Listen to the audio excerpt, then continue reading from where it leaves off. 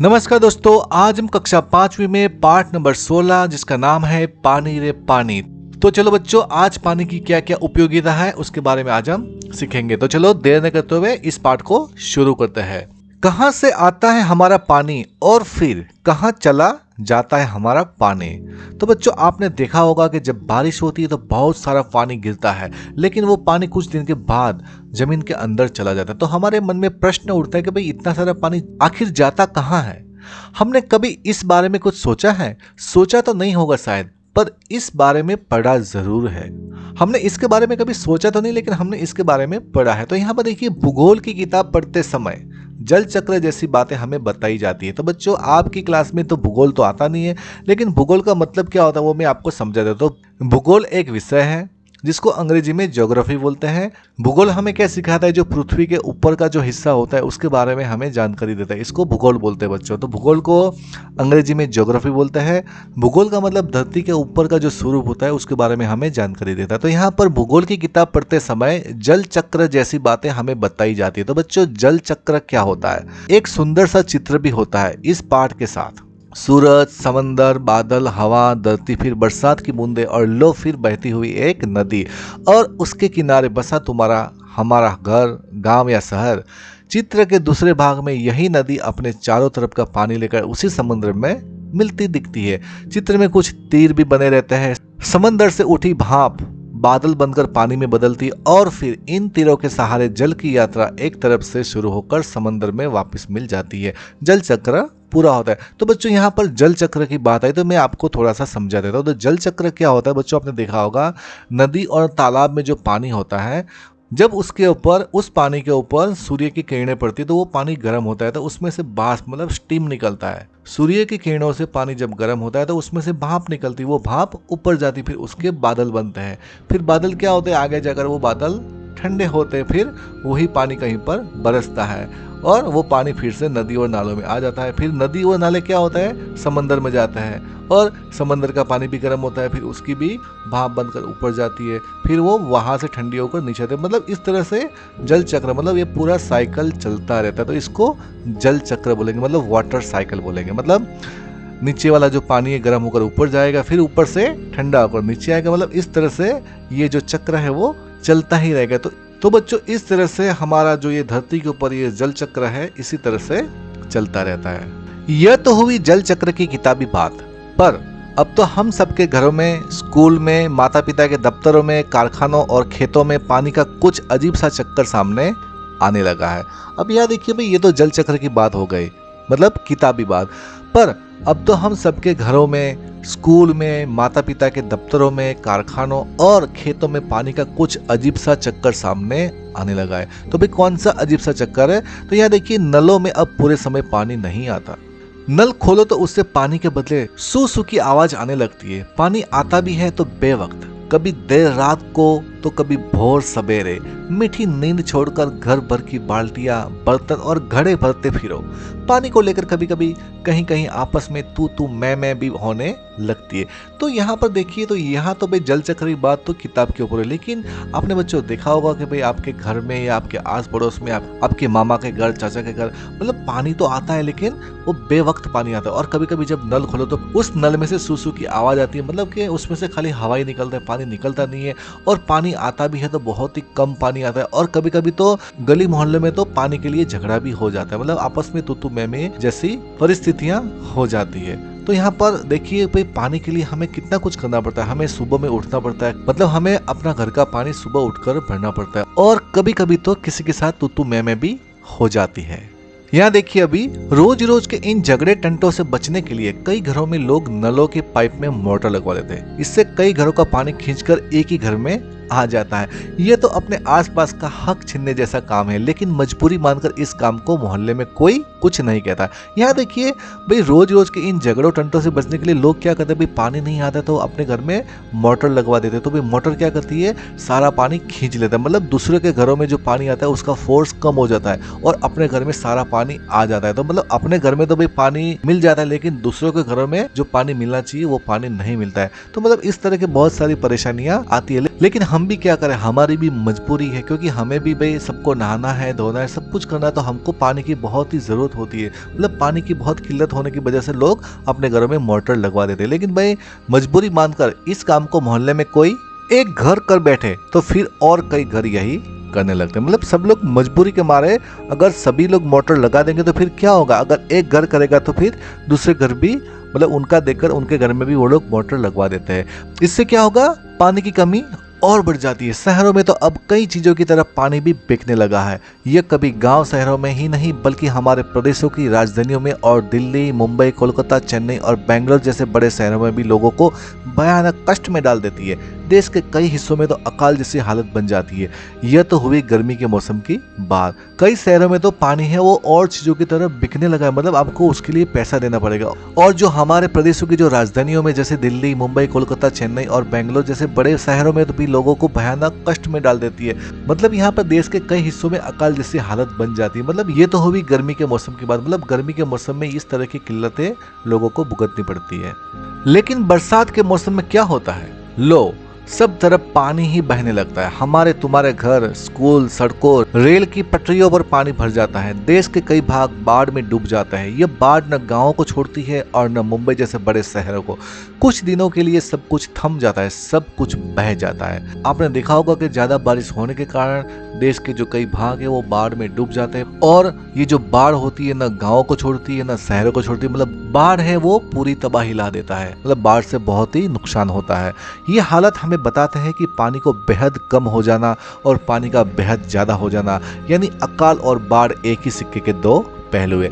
एक ही सिक्के के दो पहलू, मतलब यहाँ कहने का मतलब यह है कि अगर कम पानी है तो भी प्रॉब्लम है, ज्यादा पानी है तो भी प्रॉब्लम। अगर कम पानी होगा तो लोगों को पीने के लिए पानी नहीं मिलेगा, अगर ज्यादा पानी हो जाएगा तो सब कुछ बह जाएगा। मतलब यहाँ पर अकाल और बाढ़ एक सिक्के के दो पहलू, मतलब दोनों ही एक जैसे है। यदि हम इन दोनों को ठीक से समझ सके और संभाल ले तो इन कई समस्याओं से छुटकारा मिल सकता है। मतलब हमको दोनों को समझने की जरूरत है। अगर अकाल होता है तो भी अकाल में जो पानी का उपयोग है हमें बहुत ही सावधानी से करना चाहिए। अगर बाढ़ आती है तो हमें इन परिस्थितियों का किस तरह से सामना कर सकते हैं वो हमें पहले से सोचकर रखना चाहिए। तो हम इस तरह की जो मुश्किलें आएगी इससे हम लोग इसका हम सामना कर पाएंगे। चलो थोड़ी देर के लिए हम पानी के इस चक्र को भूल जाए और याद करें अपनी गुल्लक को। मतलब चलो थोड़ी देर के लिए हम इस पानी का जो चक्कर है उसको भूल जाते हैं और अपनी गुल्लक को याद करें। गुल्लक का मतलब क्या होता है, जिसमें बच्चों आप लोग पैसा डालते हो। तो यहाँ पर देखिए, जब भी हमें कोई पैसा देता है हम खुश होकर दौड़ कर उसे झट से अपनी गुल्लक में डाल देते हैं। तो बच्चों आपने भी ये शायद किया होगा। आपके घर में भी आपकी अपनी एक गुल्लक होगी जिसमें आप आपके घर में अगर कोई मेहमान आपको पैसा देता है तो आप सीधे ही दौड़कर उस गुल्लक में उन पैसों को डाल देते हैं। 1 रुपया, 2 रुपया, 5 रुपया, कभी सिक्के तो कभी छोटे बड़े नोट, सब इसमें धीरे धीरे जमा हो जाते हैं। फिर जब कभी हमें कुछ पैसों की जरूरत पड़ती है तो इस गुल्लक की बचत का उपयोग कर लेते हैं। तो बच्चों यहाँ पर देखिए, आप क्या करते हो कि जब भी आपको कोई पैसा देता है तो आप उन पैसों को अपनी गुल्लक में डाल देते हैं। फिर जब आपको कभी कोई चीज़ खरीदनी होती है तो आप उस गुल्लक को तोड़ देते हैं। फिर उसमें से जो पैसा निकलता है उससे वो चीज़ आप खरीद देते हो। मतलब कि आप उसमें बचत करते हो। गुल्लक का मतलब ये हुआ कि भाई आप उसमें पैसे को सेव करते हो, मतलब पैसे की बचत करते हो। तो वो आपको कुछ समय के बाद वही पैसे आपको काम आएंगे। तो अगर आप यहाँ पर जीवन में कुछ बचत करेंगे तो वो आगे जाकर आपके काम आएगी। हमारी यह धरती भी इसी तरह की खूब बड़ी गुल्लक है। मतलब हमारी जो धरती है वो भी एक गुल्लक की तरह है। मिट्टी की बनी इस विशाल गुल्लक में प्रकृति वर्षा के मौसम में खूब पानी बरसाती है। तब रुपयों से भी कई गुना कीमती इस वर्षा को हमें इस बड़ी गुल्लक में जमा कर लेना चाहिए। मतलब बच्चों यहाँ पर देखिए, जैसे आपकी छोटी सी गुल्लक होती है तो ये हमारी पृथ्वी है, एक बहुत बड़ी गुल्लक है। तो जब भी आसमान से पानी गिरता है तो वो सारा पानी हमारा जो धरती मतलब हमारी जो गुल्लक है उसमें उसको इकट्ठा कर लेना चाहिए। हमारे गांव में, शहर में जो छोटे बड़े तालाब, झील आदि है वे धरती की गुल्लक में पानी भरने का काम करते हैं। मतलब यहाँ पर जो तालाब है, झीलें, वो एक तरह के क्या है, हमारी गुल्लक को भरने में वो मदद करते हैं। इनमें जमा पानी जमीन के नीचे छिपे जल के भंडार में धीरे धीरे रिसकर छनकर जा मिलता है। मतलब यहाँ पर बच्चों देखिए कि भी जैसे आपकी गुल्लक होती है, आपको जब कोई पैसा देता है तो उन पैसों का आप जड़ से अपनी गुल्लक में डाल देते हो। इसी तरह से जब भी बारिश के मौसम में पानी गिरता है तो वो पानी को क्या करते हैं, हमारे जो तालाब होते हैं, झील होती है, तो वे सब क्या करते हैं, वो पानी भरने का काम करते हैं। फिर वो जो पानी होता है वो जमीन के नीचे छिपे जल के भंडार में धीरे धीरे रिस कर छन कर जा मिलता है। इस तरह से पानी का संग्रह हमें करना चाहिए। अब यहाँ देखिए हक की बात। आजादी के बाद मतलब पिछले 60 वर्षों में, मतलब आजादी के बाद मतलब पिछले 60 वर्षों में दिल्ली में पानी की औसत मांग या खपत लगभग 3 गुना बढ़ गई है। मतलब आजादी के अभी हमको 60 साल हो गए, तो भाई इसके बाद दिल्ली में जो पानी की जो मांग है वो 3 गुना बढ़ गई है। पर झुग्गी बस्तियों को अभी भी औसत खपत का 30% पानी ही मिल पाता है। पर जो झुग्गी बस्तियां होती है वहां पर औसत खपत का मतलब 30% ही पानी उनको मिल पाता है। मतलब 70% पानी उनको नहीं मिलता। जब जरूरत के हिसाब से लोगों को पानी नहीं मिलता तो उनके हक छीनते हैं। हमारे समाज में जरूरतों से जुड़े और कौन से मुद्दे हैं जहां हमें बराबरी का बंटवारा नहीं दिखाई देता और कई लोगों का हिस्सा छीनकर कुछ लोगों को दे दिया जाता है। कक्षा में और घर पर बड़ों के साथ आपको चर्चा करनी है। तो यहाँ पर बच्चों देखिए भाई, यहाँ पर पानी की बात की गई कि जैसे भाई दिल्ली जैसे बड़े बड़े जो शहर है तो वहाँ पर जो पानी पहुँचना चाहिए, मतलब जिन जगहों पर पानी 100% पहुँचना चाहिए वहाँ पर सिर्फ 30% ही पानी वहाँ पर पहुँचता है। तो मतलब ये तो एक तरह का अन्याय हुआ। आप देख सकते हैं कि मतलब जितना पानी उनको मिलना चाहिए, मतलब जिनकी उनकी ज़रूरत है उतना पानी उनको नहीं मिलता है। इसलिए हमको ये उदाहरण देके समझाया गया कि भाई जैसे गुल्लक में हम पैसे को रखते हैं और उसकी बचत करते हैं, तो इसी तरह से हमें बच्चों पानी की भी बचत करनी चाहिए। हमें पानी का वेस्ट नहीं करना चाहिए। जितनी जरूरत है उतना ही पानी हमको उपयोग में लेना चाहिए। इससे हमारा भूजल भंडार समृद्ध होता जाता है। पानी का यह खजाना हमें दिखता नहीं, लेकिन इसी खजाने से हम बरसात का मौसम बीत जाने के बाद पूरे साल भर तक अपने उपयोग के लिए घर में, खेतों में, पाठशाला में पानी निकाल सकते हैं। तो बच्चों यहाँ पर देखिए ये जो भंडार होता है जिसका हमने संग्रह किया है वो अभी हमको दिखेगा नहीं, लेकिन जब गर्मी का मौसम आएगा तो यही पानी हमारे बहुत ही काम आएगा। तो इस तरह से पानी को हमें संग्रह करना है। लेकिन एक दौर ऐसा भी आया जब हम लोग इस छिपे खजाने का महत्व भूल गए और जमीन के लालच में हमने अपने तालाबों को कचरे से पाट कर भर कर समतल बना दिया। देखते ही देखते इन पर तो कहीं मकान, कहीं बाजार, स्टेडियम और सिनेमा आदि खड़े हो गए। तो बच्चों यहाँ पर देखिए कि भाई आपकी धरती आपकी गुल्लक है, लेकिन भाई गुल्लक है तो भाई गुल्लक को भरने के लिए आपको क्या चाहिए, तालाब चाहिए, नदी चाहिए। लेकिन हम लोग क्या करते हैं कि भाई लालच में आकर हमने उस तालाब को मिट्टी से पूरा भर दिया, मतलब उसको समतल बना दिया, उसको फ्लैट बना दिया और उसके ऊपर हमने घर बना दिए। अब जो बरसात का पानी है उसको हम स्टोर कहाँ पर करेंगे? तो स्टोर करने की जगह ही नहीं है, क्योंकि अगर पानी स्टोर होगा तो हमें गर्मी में वो पानी काम आएगा। लेकिन हमारे पास कोई ऐसी जगह ही नहीं है तो हम पानी को कैसे स्टोर करेंगे? तो हमें गर्मी के मौसम में बिल्कुल 100% पानी की किल्लत होगी और हम लोग मुसीबत में पड़ सकते हैं। तो बच्चों हमें जो तालाब है उनको बचाए रखना है, उसको बिल्कुल भी भरना नहीं है, उसके अंदर कचरा ये सब कुछ हमें नहीं डालना है, क्योंकि ये सब डालने के बाद वो तालाब है वो पूरा भर जाएगा, फिर उसमें पानी स्टोर हम लोग नहीं कर पाएंगे। इस बड़ी गलती की सजा अब हम सबको मिल रही है। गर्मी के दिनों में हमारे नल सूख जाते हैं और बरसात के दिनों में हमारी बस्तियां डूबने लगती है। इसलिए यदि हमें अकाल और बाढ़ से बचना है तो अपने आसपास के जल स्रोतों की, तालाबों की और नदियों आदि की रखवाली अच्छी ढंग से करनी पड़ेगी। जल चक्र हम ठीक से समझे, जब बरसात हो तो उसे थाम ले, अपना भूजल भंडार सुरक्षित रखे, अपनी गुल्लक भरते रहे, तभी हमें जरूरत के समय पानी की कोई कमी नहीं आएगी।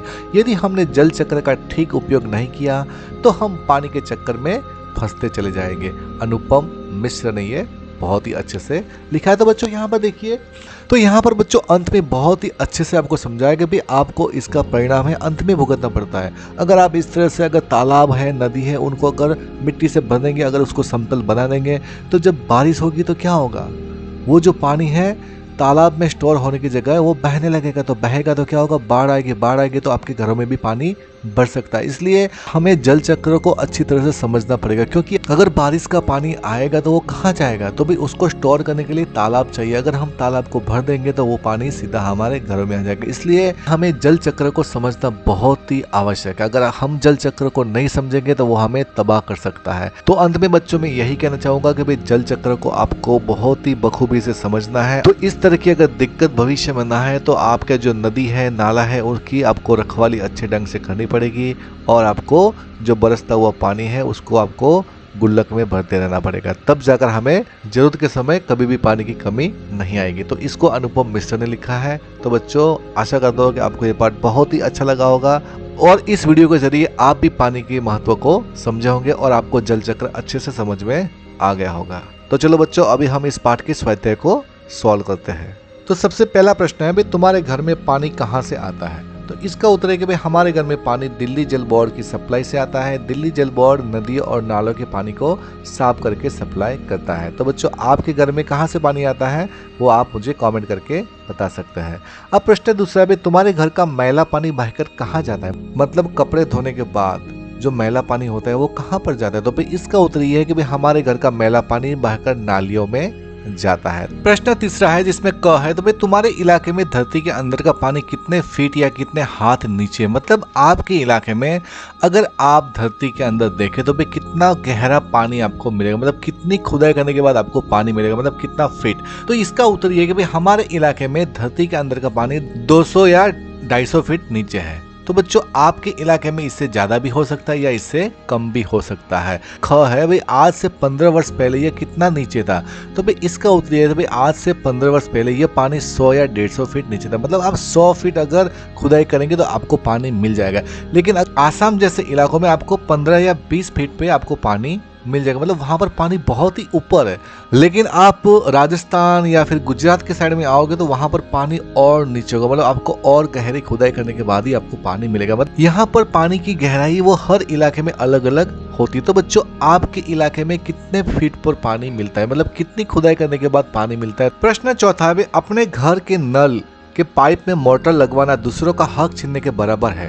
लेखक ऐसा क्यों मानते हैं? मतलब अपने घर के जो नल में अगर हम मोटर लगवाते हैं तो भी दूसरों का हक हम किस तरह से छीनेंगे? तो मतलब वो जो बात है वो दूसरों का हक छीनने के बराबर है। तो लेखक यहाँ पर ऐसा क्यों मानते हैं? तो इसका उत्तर ये है कि भाई लेखक अपने घर के नल के पाइप में मोटर लगवाना दूसरों का हक छीनने के बराबर इसलिए मानते हैं क्योंकि इससे मोटर लगाने वाले घर को पूरा पानी मिलता है, लेकिन दूसरों को पानी की कमी हो जाती है। मतलब इससे क्या होगा, भाई मोटर क्या करता है, मतलब आसपास का जितना भी पानी उसको खींच लेता है और सबसे ज्यादा पानी आपके घर में, मतलब जिसके घर में मोटर है वहां पर सबसे ज्यादा पानी आता है और जिसके घर में मोटर नहीं वहां पर पानी बहुत ही कम आएगा।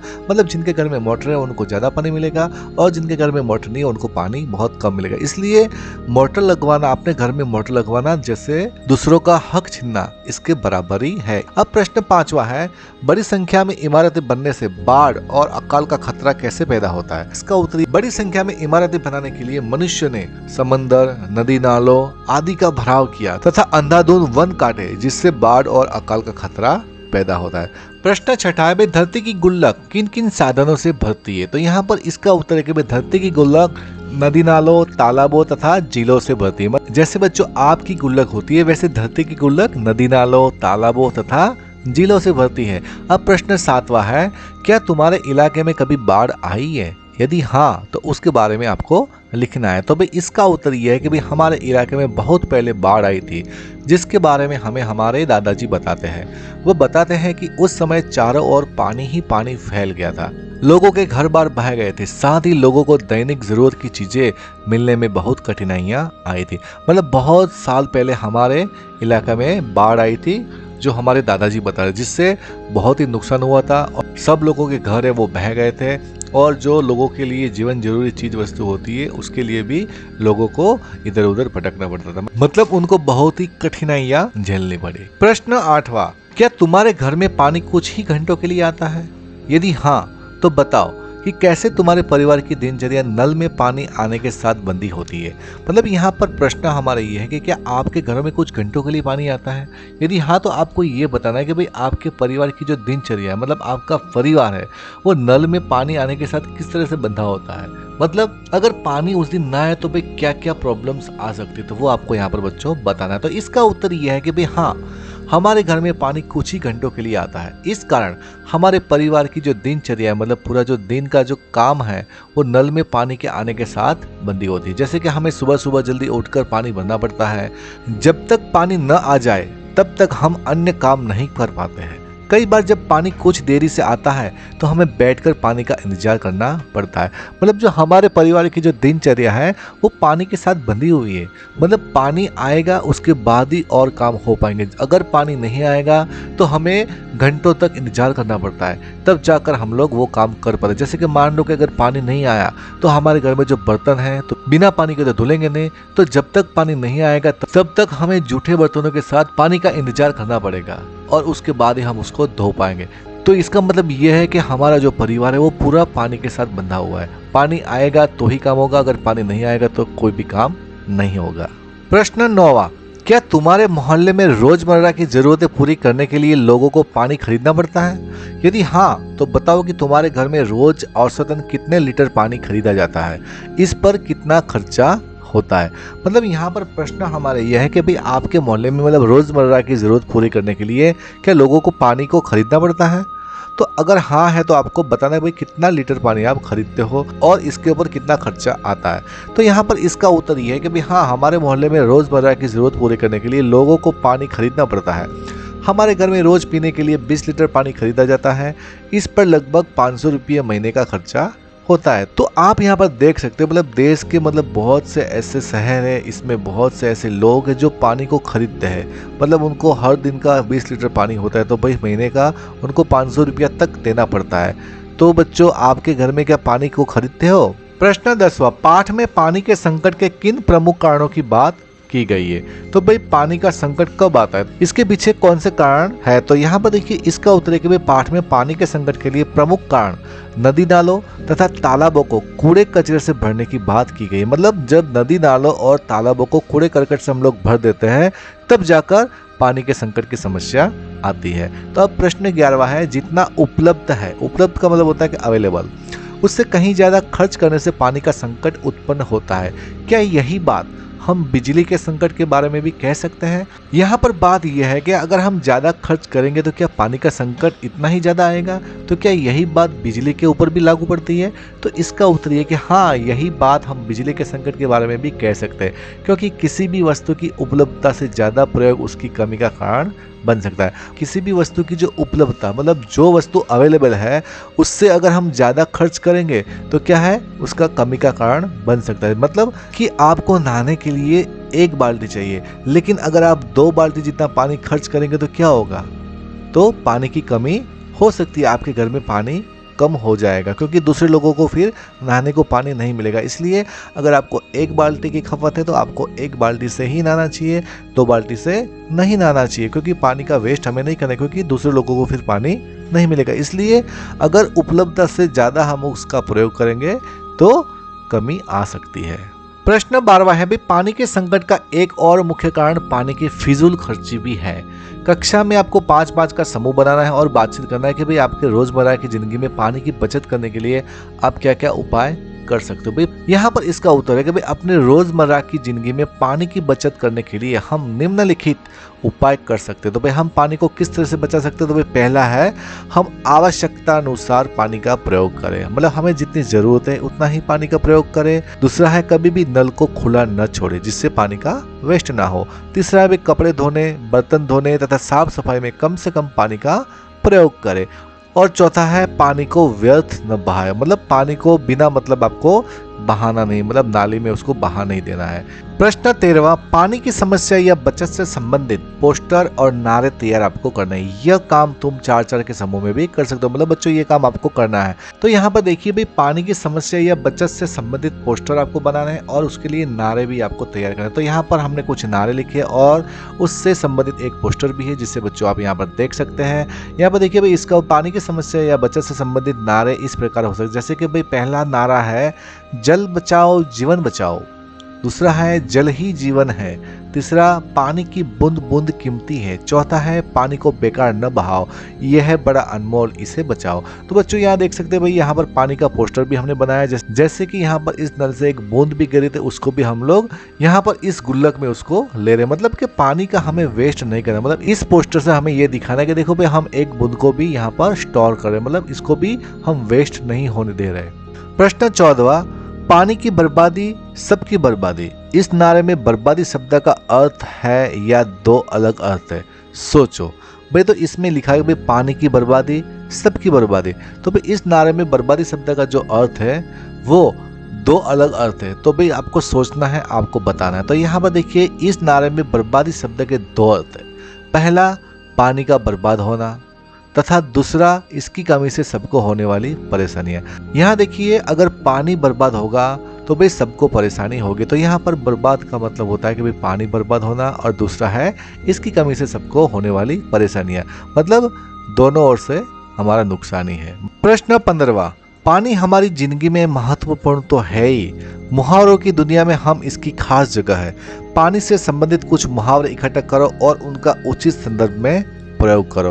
मतलब पानी हमारे जिंदगी के लिए बहुत ही इम्पोर्टेंट, मतलब महत्वपूर्ण है, लेकिन मुहावरों की दुनिया में भी पानी की एक खास जगह। तो भाई, तो यहाँ पर पानी से जुड़े कुछ मुहावरे हैं यहाँ पर है, तो चलो उसका अभ्यास करते। तो भाई पहला है पानी पानी होना, मतलब शर्मिंदा होना। अपना झूठ पकड़े जाने पर सोनू पानी पानी हो गया, मतलब जब कोई हम ऐसा काम करते हैं जिसमें हमको शर्मिंदगी महसूस होती है, तो इस तरह की जो परिस्थिति होती है, मतलब इस तरह का जो कंडीशन होता है, तो उसमें हम कह सकते हैं भाई वो तो शर्म के बारे पानी पानी हो गया, मतलब बहुत ही शर्मिंदा होना। दूसरा है आंख का पानी मरना, मतलब जो आंख में पानी है वो मर जाना। इसका मतलब होता है कि मतलब बेशर्म होना, मतलब तुम ये गलत काम कर रहे हो, क्या तुम्हारी आंख का पानी मर गया है? मतलब आंख का पानी मरना मतलब बेशर्म हो जाना, मतलब हमें कोई भी शर्म नहीं होनी, इसको बोलेंगे आंख का पानी मर जाना। दूसरा है पानी फिरना, मतलब नष्ट होना। भाई सेबों की फसल खराब हो जाने से किसानों की मेहनत पर पानी फिर गया, मतलब किसानों ने जो फसल बोए थे तो उसकी जो फसल है वो एकदम खराब हो गई, तो भाई जो किसानों की जो मेहनत है उसके ऊपर पानी फिर गया, मतलब सब कुछ नष्ट हो गया, सब कुछ खत्म हो गया। अब अंत में मुंह में पानी आना, मतलब लालच आ जाना, मतलब तरह तरह की मिठाइयों को देखकर मुंह में पानी आना स्वाभाविक है। मतलब हम किसी भी अच्छी चीज़ को देखेंगे, मीठी चीज़ को देखेंगे तो हमारे मुंह में पानी आएगा, मतलब लालच आएगा, उसको खाने की इच्छा होगी। तो भाई इसका वाक्य भाई तरह तरह की मिठाइयों को देखकर मुंह में पानी आता है। तो क्या बच्चों, आपके मुंह में भी इस तरह की मीठी चीज़ों को देखकर मुंह में पानी आता है? बिल्कुल ही आता होगा। तो चलो बच्चों, यहाँ पर ये पार्ट पूरा होता है। मैं आशा करता हूँ कि आपको ये वीडियो बहुत ही अच्छा लगा होगा। अगर बच्चों ये वीडियो आपको अच्छा लगा है तो इस वीडियो को लाइक कीजिए, शेयर कीजिए और कमेंट कीजिए। और इस तरह के एजुकेशनल वीडियो देखने के लिए आप इस चैनल को सब्सक्राइब कर सकते हैं। तो चलो बच्चों, मिलते हैं अभी एक नए वीडियो के साथ, तब तक के लिए जय हिंद, जय भारत।